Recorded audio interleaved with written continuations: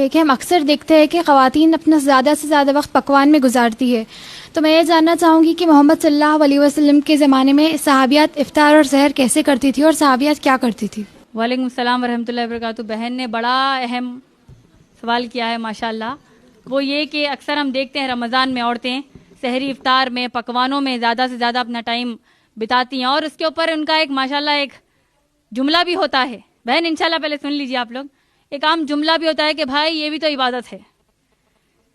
اور بہن نے کہا کہ اب وہ جاننا چاہتی ہیں کہ کیا یہ واقع درست بات ہے یا نہیں، درست حرکتیں ہیں یا نہیں، اور ہماری صحابیات، ہماری امہات المومنین محمد صلی اللہ علیہ وسلم کی بیویاں اور ہماری صحابیات کیسے روزے اپنے یعنی کیسے رمضان کو بتاتی تھیں. یہی آپ کا سوال ہے. تو دیکھیے بہن، قرآن میں احادیث میں ہم کو ایک بھی ایسا واقعہ خاص طور پر نہیں ملتا کہ صحابیات افطار کی دعوتیں رکھتی تھی. ہماری امہات المومنین صحابیات دن بھر یعنی سحری کے لیے جب چولہے میں جائیں اور پھر ماشاءاللہ وہاں سے فارغ ہو جائیں تو پھر افطار کے لیے دوپہر سے ٹھہر کر پکوانا کر رہے ہیں. تو یہ عبادت نہیں کہلائے گی بہن، کیونکہ یہ آپ کے کام جو ہے آپ یہ سحری اور افطاری میں اتنا بڑھ چڑھ کر جو ٹائم نکال رہی ہیں، یہ آپ قرآن کے علم سے اور دور ہو رہی ہیں.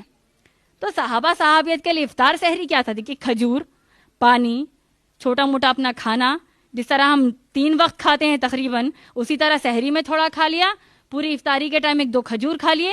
اسی طریقے سے ہمارے صحابہ صحابیات رہتے تھے، کیونکہ ان کا فوکس یہ تھا، ان کا اصل مقصد یہ تھا کہ لوگوں کو قرآن کتنی بتانا ہے.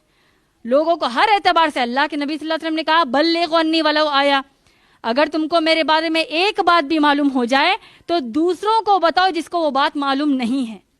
قرآن کو ماشاءاللہ آپ تلاوت کیجئے. تراویح دیکھیے، تراویح جیسی عبادت نوافل عبادت میں اللہ نے سب سے بہترین تراویح کو عبادت بنا دی، نفیل. کیوں؟ کیونکہ اس میں قرآن کو مکمل سننے کا موقع مل رہا ہے. نماز جیسی عبادت کو اللہ نے کلمے کے بعد سب سے بڑی عبادت اللہ نے بتائی، کیونکہ اس میں ہم قرآن مجید پڑھتے اور سنتے ہیں. تو گویا کہ بہن، اگر ہم اپنا وقت سحری بنانے میں خوب جو ٹائم لگا رہے ہیں، دعوتوں میں کر رہے ہیں، ہم شاپنگز میں گوا رہے ہیں، تو ہمارے اتنا بڑا بیوقوفہ دنیا میں کوئی بھی نہیں ہے. کیونکہ اللہ نے اتنا پیارا مہینہ دے دیا. تو ہم میں سے آج انشاءاللہ آج یہ عہد کر لیجئے کہ ہم میں سے کوئی بھی جبرائیل علیہ السلام کی اس بد دعا میں ہم شمار نہ ہوں. آمین. جس میں جبرائیل علیہ السلام نے کہا کہ اللہ کے اس بندے کو جب رمضان عطا کیا گیا اور اس نے اللہ سے مغفرت نہیں کروا لی تو اللہ کی اس پر لعنت ہو. اللہ کے نبی صلی اللہ علیہ وسلم نے آمین کہا بہن. تو ہم نہیں چاہتے کہ ہم اس بد دعا میں شمار ہوں.